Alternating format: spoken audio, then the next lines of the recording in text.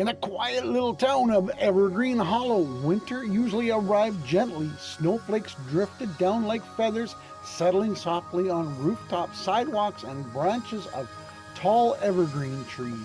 The people of the town loved those kinds of snowflakes, the calm ones that made everything look peaceful without interrupting daily life too much. Evergreen Hollow was a friendly town on the surface. Neighbors waved politely when they passed. Shopkeepers smiled and said hello. Children nodded at one another on the playground. But most folks kept to themselves. Everyone had busy schedules, warm homes, and somewhere important to be. Conversations were quick, doors were often closed, and people assumed they would always be time later to really connect. That assumption changed just days before Christmas. The evening sky darkened earlier than usual, and the air felt heavy, as if it were holding a secret. Snow began falling faster than anyone expected. Thick, swirling flakes carried by restless wind. By nightfall, the wind howled through the streets, rattling shutters and piling snow up against the doors and the fences. By morning, Evergreen Hollow was unrecognizable. Snowdrifts rose higher than mailboxes. Cars were completely buried. Roads vanished beneath layers of white snow. Trees bowed under the weight of the snow, and the entire town seemed wrapped in a frozen hush. 8-year-old Milo Harper pressed his nose against the window of his small blue house at the end of Pine Street. "Grandma," he said slowly, "I think winter moved in and forgot to leave." Grandma Harper chuckled softly. Through her eyes showed concern. She wrapped her scarf tightly and peeked outside. "That's not just snowfall," she said. "That's a snowstorm with something to say." Just then the lights flickered once, twice, and poof! Out they went. All across Evergreen Hollow, heaters shut off, ovens cooled, phones lost their signal, and televisions went silent. The town had never been fully snowed in like this before. At first, everybody stayed indoors. People checked their cupboards, wrapped themselves in blankets, watched the snow pile higher and higher. Hours passed. The silence felt heavier than the storm itself. And then the magic started happening. Slowly, doors began to open. Milo noticed movement across outside and tugged on his boots. His neighbor, Mr. Alvarez, was struggling to shovel a narrow path through the snow. Each scoop looked heavier than the last. "Grandma," said Milo, already pulling on his coat, "he needs help." Grandma Harper smiled warmly. That's how storms lose their power. Together, Milo and Mr. Alvarez shoveled until their arms were sore and their cheeks were red. They laughed when Milo slipped and landed in a snowbank. I didn't think anybody would come out today," Mr. Alvarez said. Milo grinned. "I didn't think I would either, but I'm glad I did." Across town, similar moments were unfolding. At the bakery, Mrs. Bell lit candles and baked bread using her old wood stove. The smell drifted through the frozen air, drawing people from their homes.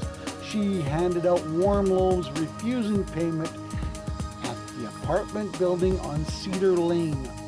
Neighbors knocked on their doors they had never knocked on before, checked on seniors, sharing soup, lighting candles together in the hallway. Teenagers who usually kept their headphones on worked side by side, clearing paths and laughing as snow fell everywhere. Someone built a sled out of a door. Someone else made hot cocoa over a fire pit in town square. By afternoon, Evergreen Hollow felt different.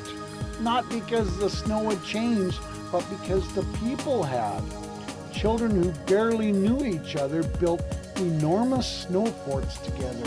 Parents shared stories of their childhood Christmases. Strangers became helpers, helpers became friends, and as evening fell, the storm intensified again, but inside homes and hearts were warm and spread. In the town square, flames flickered in a large fire pit. People gathered close, wrapped their coats and scarves tighter than before, sharing food and laughter.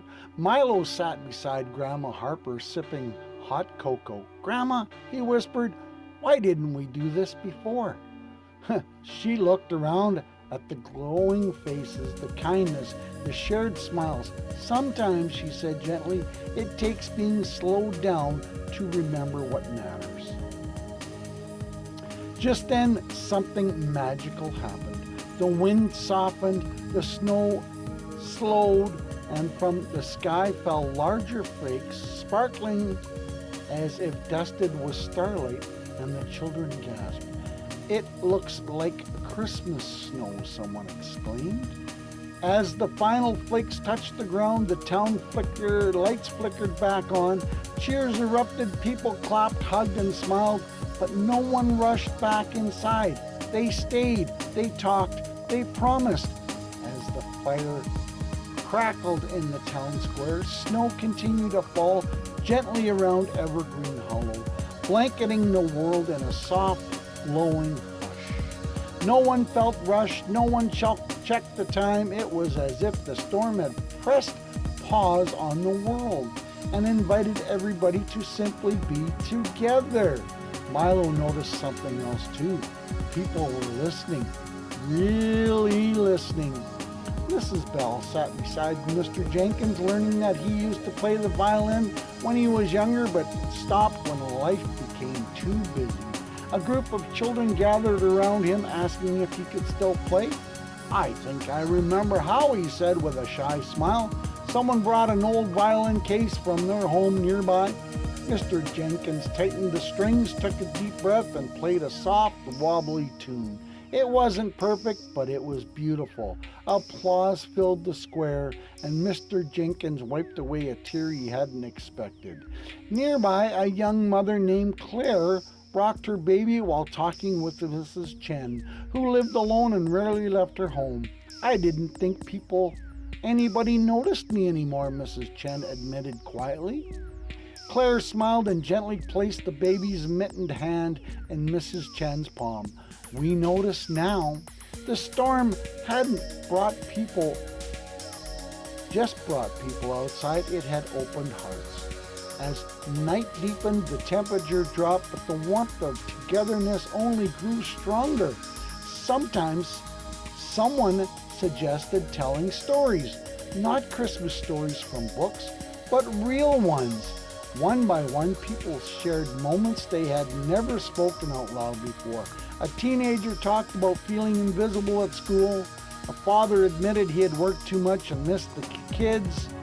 A woman shared how lonely the holidays had felt since her husband passed away. No one interrupted, no one judged.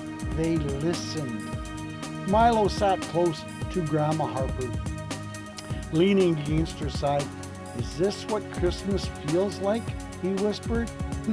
She kissed the top of his hat. "This is what Christmas means." Just then a loud crack echoed through the town. Everyone jumped. A massive tree branch, heavy with snow, had snapped and fallen across the road near the square, blocking the only cleared path. For a moment, fear rippled through the crowd, but then something remarkable happened. No one panicked, no one complained. People stood up together. Teenagers grabbed ropes, adults fetched tools, someone handed out gloves. Milo watched as the same neighbors who barely waved weeks ago worked together, shoulder to shoulder, laughing, slipping, and helping one another until the path was clear again. When it was done, cheers erupted louder than before. "That," Grandma Harper said softly, "is what community looks like." Later that night, as the storm finally began to fade, Children lay on their backs in the snow, staring up at the sky. The clouds parted just enough to reveal a scattering of stars. They look brighter tonight, Milo said. There always were, Grandma replied. We just didn't always stop to see them. Before heading home, people hugged goodbye, real hugs, the kind that linger. Promises were made to visit, to help, to check in, and for the first time in a long time, no one felt alone walking back through the snow. As the crowd slowly began to drift back towards their homes, something unexpected happened once more. Snow began to fall again, but not heavily. These flakes were slow, gentle, and almost playful, twirling as if they were choosing exactly where to land. Children reached out their gloved hands trying to catch them. Make a wish, someone said. Milo closed his eyes and whispered his into the cold night air. Around the town, small lanterns flickered on porches. Doors that were always shut tight remained open just a little longer, and from one house came the sound of laughter. From another, the soft notes of music. Mrs. Bell stood in her bakery doorway, handing out the last of her bread. Take it, she said, warmly. There's always more where that when it's shared. Mr. Alvarez helped an elderly couple make it safely home, promising to check on them in the morning. Teenagers were once rushed past one another, now talked quietly as if they walked, with their breath rising in the cold.